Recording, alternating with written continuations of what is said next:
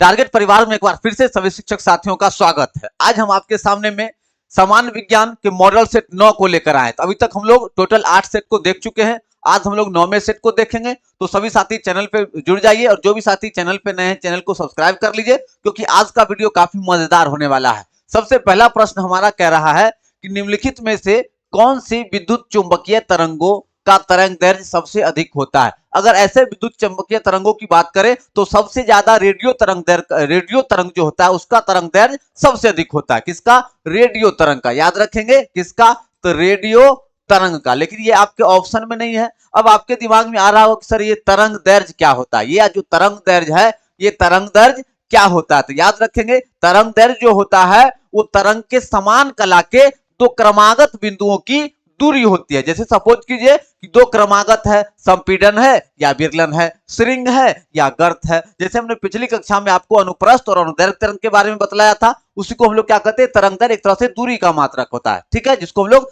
Metre से व्यक्त करते हैं। तो अब हमारा प्रश्न है कि विद्युत चुंबकीय तरंगों का तरंग दैर्घ्य सबसे अधिक किसमें है? तो दिए विकल्पों के अनुसार आपका कौन सा है? वो अवरक्त किरण है। कौन सा है? वो अवरक्त किरण है, जिसका तरंग दैर्घ्य सबसे अधिक होता है। तो प्रश्न संख्या 1 का हमारा आंसर क्या हो जाएगा? प्रश्न संख्या 1 का आंसर हमारा हो जाएगा 4 हो जाएगा। क्लियर?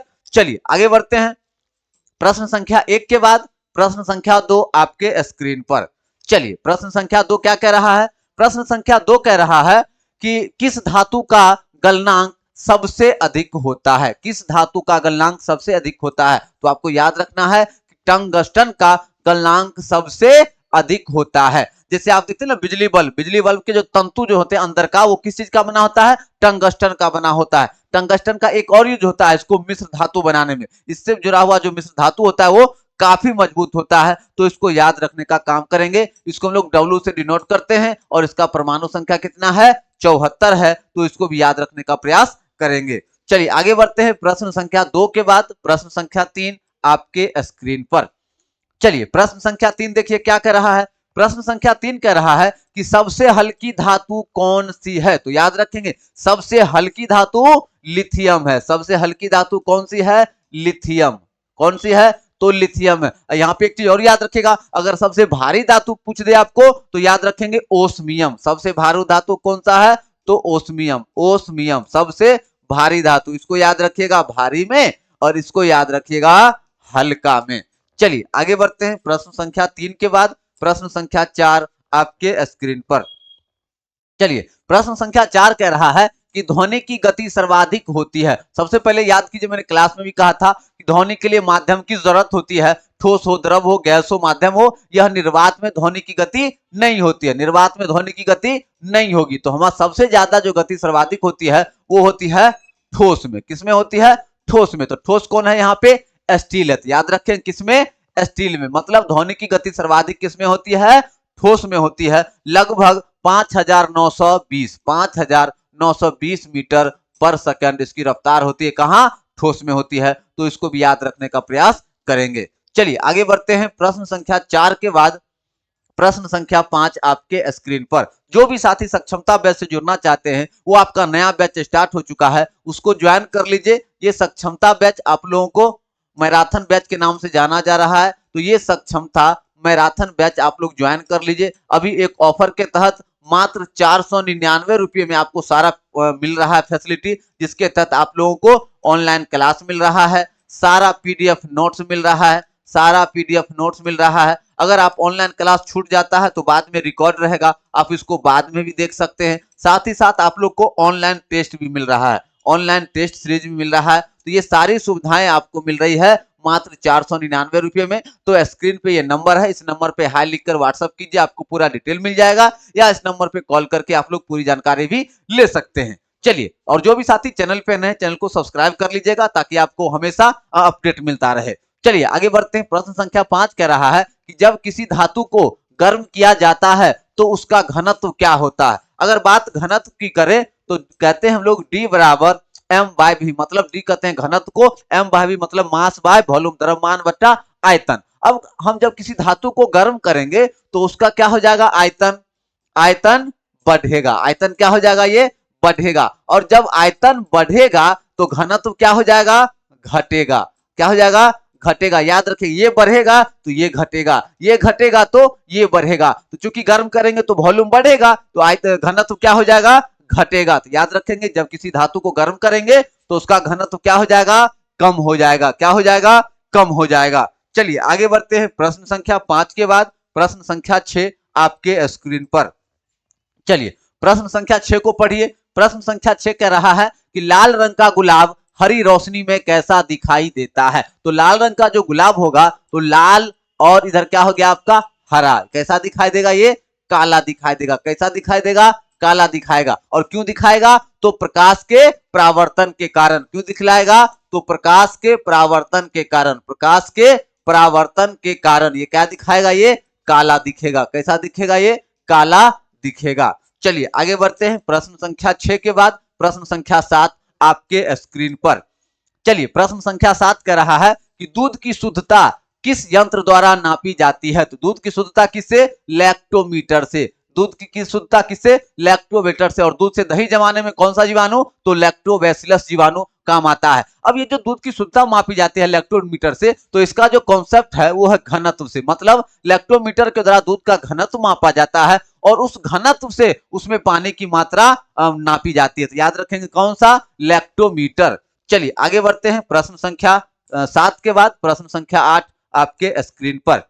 चलिए प्रश्न संख्या 8 क्या कह रहा है, प्रश्न संख्या 8 कह रहा है कि डायनमो का कार्य क्या है। डायनमो क्या करता है, तो यांत्रिक ऊर्जा को विद्युत ऊर्जा में परिवर्तित कर देता है। मतलब डायनमो क्या होता है, रनिंग होता है। और जब रनिंग होता है तो क्या होता है, उसमें मोटर के द्वारा फिर बिजली पैदा होती है। तो यांत्रिक ऊर्जा से विद्युत ऊर्जा, यांत्रिक ऊर्जा से विद्युत ऊर्जा में क्या होता है, वो बदल जाता है। इसको भी याद रखने का काम करेंगे। एक प्रश्न याद रखिएगा, अगर आपसे पूछ दे कि डायनमो की खोज किसने की, डायनमो की खोज किसने की, डायनमो की खोज किसने की, तो जे.एल.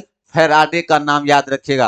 माइकल फैराडे, माइकल फैराडे का नाम याद रखिएगा। पूरा नाम लिख लीजिए, माइकल फैराडे का नाम याद रखिएगा, जिन्होंने डायनमो का आविष्कार किया था। चलिए आगे बढ़ते हैं प्रश्न संख्या 8 के बाद आपके स्क्रीन पे प्रश्न संख्या 9।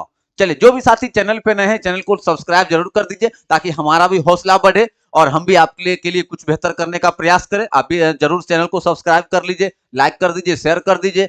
चलिए टेलीफोन का आविष्कार किसने किया था, टेलीफोन का आविष्कार किसने किया था, जे.एल. बेयर्ड ने। किसने किया था, जे.एल. बेयर्ड ने किया था, जे.एल. बेयर्ड ने किया था। अगर यहीं पे आपको पूछ दे कि फोन का आविष्कार किसने किया था, जो बात करते हैं आप, तो फोन का आविष्कार किसने किया था, तो ग्राहम बेल ने किया था। किसने किया था, ग्राहम बेल ने किया था। किसने, ग्राहम बेल। और डायनमो किसने किया, माइकल फैराडे। अभी जस्ट बतलाए हैं, माइकल फैराडे। चलिए आगे बढ़ते हैं प्रश्न संख्या 9 के बाद प्रश्न संख्या 10 आपके स्क्रीन पर।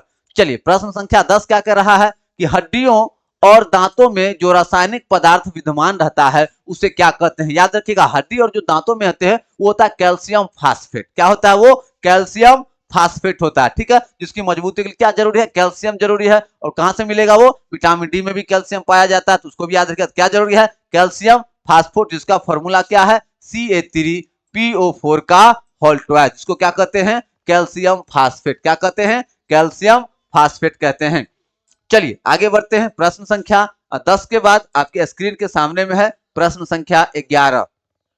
चलिए जो भी साथी सक्षमता बैच से जुड़ना चाहते हैं वो आपके स्क्रीन पे यहाँ पे नंबर दिख रहा है, इस पर कांटेक्ट कीजिए। और अभी नया बैच चल रहा है ऑफर के तहत मात्र 499 रुपये में, तो उसको ज्वाइन कर लीजिए। चलिए प्रश्न संख्या 11 कह रहा है कि लोहे के पाइप जिनसे पानी की सप्लाई की जाती है पर जस्ते की परत इसलिए चढ़ाई जाती है कि जंग ना लगे, इस परत चढ़ाने की प्रक्रिया को क्या कहते हैं। सबसे पहले आपको अच्छे से याद होगा, मैंने कहा था कि जंग लगने को ऑक्सीकरण अभिक्रिया भी कहते हैं। क्या कहते हैं इसको, ऑक्सीकरण अभिक्रिया भी कहते हैं, ऑक्सीकरण अभिक्रिया भी कहते हैं। जिसमें क्या बनता है, फेरस ऑक्साइड बनता है। और फेरस ऑक्साइड को जंग से बचाने के लिए, ऑक्साइड नहीं बने, वो नमी से, आर्द्रता से, ऑक्सीजन से अभिक्रिया नहीं करे, इसके लिए हम उस पर क्या करते हैं, लेपन करते हैं। क्या करते हैं, लेपन करते हैं। जैसे जस्ता का लेपन हम लोग करते हैं या कोई पेंट कर देते हैं हम लोग, जिसको हम लोग क्या कहते हैं, यशद लेपन। क्या कहते हैं, यशद लेपन कहते हैं। चलिए आगे बढ़ते हैं प्रश्न संख्या 11 के बाद प्रश्न संख्या 12 आपके स्क्रीन पर। चलिए प्रश्न संख्या 12 कह रहा है कि किस अम्ल का उपयोग निर्जलीकारक के रूप में किया जाता है। तो याद रखिएगा, अम्ल की बात है तो सल्फ्यूरिक अम्ल, जिसे अम्लों का राजा भी कहा जाता है, सल्फ्यूरिक अम्ल को अम्लों का राजा भी कहा जाता है। तो सल्फ्यूरिक अम्ल का उपयोग निर्जलीकारक के रूप में किया जाता है, जिसके तहत पदार्थ के साथ क्या होता है, रासायनिक अभिक्रिया की जाती है और इसके द्वारा हम लोग जल को हटाने का काम करते हैं। तो इसी को कहते हैं डिहाइड्रेटिंग एजेंट सल्फ्यूरिक अम्ल। चलिए, अम्लों का राजा भी सल्फ्यूरिक अम्ल को कहा जाता है। चलिए आगे बढ़ते हैं। प्रश्न संख्या 12 के बाद प्रश्न संख्या 13 आपके स्क्रीन पर। प्रश्न संख्या 13 कह रहा है कि विलय को विलयन से पृथक किया जा सकता है। तो विलयन क्या कहते हैं, तो विलय और विलायक, विलय और विलायक जब मिल जाते हैं तो विलयन तैयार होता है। और जो घुलने वाला पदार्थ, जो घुलने वाला पदार्थ वो क्या है, विलय है। याद रखिएगा, घुलने वाला पदार्थ, घुलने वाला पदार्थ, घुलने वाला पदार्थ क्या कहलाता है, विलय कहलाता है। क्या कहलाता है, विलय कहलाता है। घुलने वाला पदार्थ विलय, और घुलाने वाला मतलब, घुलाने वाला मतलब जिसमें घोला जाता है, घुलाने वाला मतलब जिसमें घोला जाएगा, जिसमें घोला जाता है, जिसमें घोला जाए उसको क्या कहते हैं, विलायक कहते हैं। क्या कहते हैं, विलायक कहते हैं। और विलय और विलायक मिलकर क्या बनाते हैं, विलयन बनाते हैं। मतलब दो या दो से अधिक पदार्थों के समांगी मिश्रण को विलयन कहते हैं। अब हमारा कह रहा है कि विलय को विलयन से पृथक किया जा सकता है। तो कैसे पृथक करेंगे, तो वाष्पीकरण प्रक्रिया के द्वारा। कैसे करेंगे, वाष्पीकरण प्रक्रिया के द्वारा जो विलायक होगा वो क्या हो जाएगा, वाष्पीकृत हो जाएगा, और हमारा जो विलय होगा, जो घुलने वाला पदार्थ होगा, वो हमें बर्तन में प्राप्त हो जाएगा। चलिए आगे बढ़ते हैं। प्रश्न संख्या 13 के बाद प्रश्न संख्या 14 आपके स्क्रीन पर। चलिए प्रश्न संख्या 14 क्या कह रहा है, 14 कह रहा है निम्नलिखित में से कौन सी गैस वायुमंडल में नहीं पाई जाती है। चलिए बात करें वायुमंडल में, तो अक्रिय गैस वायुमंडल में नहीं पाई जाती है। अगर इस ऑप्शन के द्वारा देखें तो हम लोग क्या है, अक्रिय गैस यहाँ पे कौन सा है, क्रिप्टन है। कौन सा है, वो क्रिप्टन है। तो क्रिप्टन वायुमंडल में नहीं पाया, एकदम नगण्य मात्रा में कहा जाता है पाया जाता है, लेकिन मान के चलिए उसको नहीं पाया ही जाता है। तो क्रिप्टन के बारे में जानेंगे दिए गए ऑप्शन के अनुसार, वायुमंडल में यह नहीं पाया जाता है। चलिए आगे बढ़ते हैं। प्रश्न संख्या 14 के बाद प्रश्न संख्या 15 आपके स्क्रीन पर। चलिए 15 कह रहा है कि पोटेशियम क्लोरेट को जब गर्म करते हैं तो क्या होता है। पोटेशियम क्लोराइड, जिसका फॉर्मूला क्या होता है, KClO3, जिसको क्या कहते हैं हम लोग, पोटेशियम क्लोरेट कहते हैं। और जब हम लोग इसको गर्म करते हैं, जब इसको गर्म करते हैं तो क्या बनता है, पोटेशियम क्लोराइड बनता है और ऑक्सीजन गैस निकलती है। क्या बनती है, पोटेशियम क्लोराइड बनता है और ऑक्सीजन गैस निकलती है। तो हमारा आंसर क्या हो जाएगा कि ऑक्सीजन गैस निकलती है। क्या निकलती है, ये ऑक्सीजन गैस निकलती है। तो इसको हम लोग इस तरह से समीकरण भी बना सकते हैं, KClO3 KCl+O2। अब हम इसको समीकरण से भी बैठा सकते हैं, इधर 2 कर दीजिए, इधर भी 2 कर दीजिए और इधर 3 कर दीजिए, तो ये हमारा समीकरण भी तैयार हो जाएगा। और कौन है ये, ऑक्सीजन गैस है, ये ऑक्सीजन गैस निकलती है। चलिए आगे बढ़ते हैं। प्रश्न संख्या 15 के बाद प्रश्न संख्या 16 आपके स्क्रीन पर।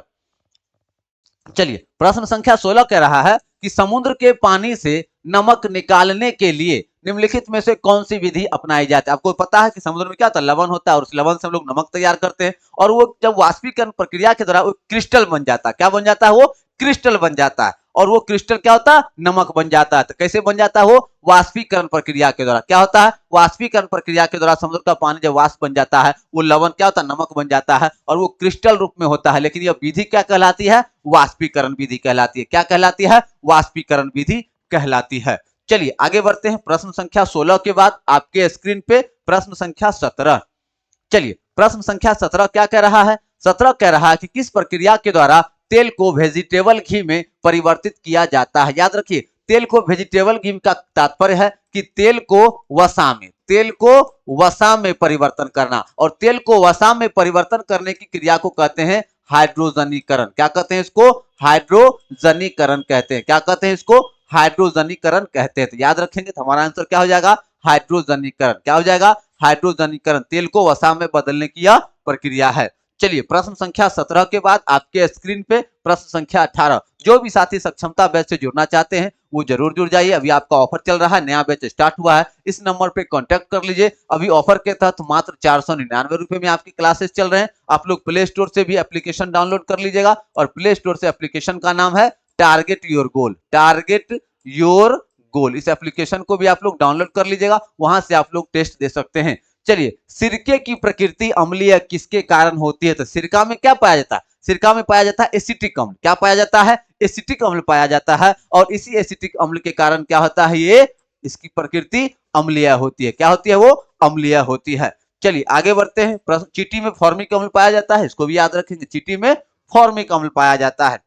चलिए आगे बढ़ते हैं। प्रश्न संख्या 19 आपके स्क्रीन पे। 19 कह रहा है कि पॉलीथीन का औद्योगिक उत्पादन किसके बहुलीकरण द्वारा प्राप्त होता है? तो क्या है आपका? पॉलीथीन प्लास्टिक है, और ये किसके? एथिलीन के बहुलक से। किसके एथिलीन से? तो एथिलीन। एथिलीन किधर है आपका ऑप्शन? यही है, एथिलीन। तो एथिलीन के बहुलक से हमारा क्या तैयार होता है? पॉलीथीन होता है, जिसके फॉर्मूले में हम लोग क्या लिखते हैं? C2H4। क्या कहते हैं इसको? एथिलीन कहते हैं। क्या कहते हैं इसको? एथिलीन कहते हैं। तो इसको भी याद रखने का प्रयास करना है। चलिए आज का आखिरी प्रश्न हमारा इस सेट का, प्रश्न संख्या 20 आपके स्क्रीन पे है। प्रश्न संख्या 20 क्या कर रहा है कि खनिज एवं चट्टानों में कौन सा तत्व सबसे अधिक पाया जाता है? कौन पाया जाता है? कार्बन, सिलिकॉन, हाइड्रोजन, या ऑप्शन डी है आपके सामने में बोरॉन। कौन पाया जाता है? तो याद रखेंगे, जो भी खनिज और चट्टान पाया जाता है सबसे ज्यादा क्या होता है? उसमें कार्बन होता है। तो आंसर हमारा क्या हो जाएगा?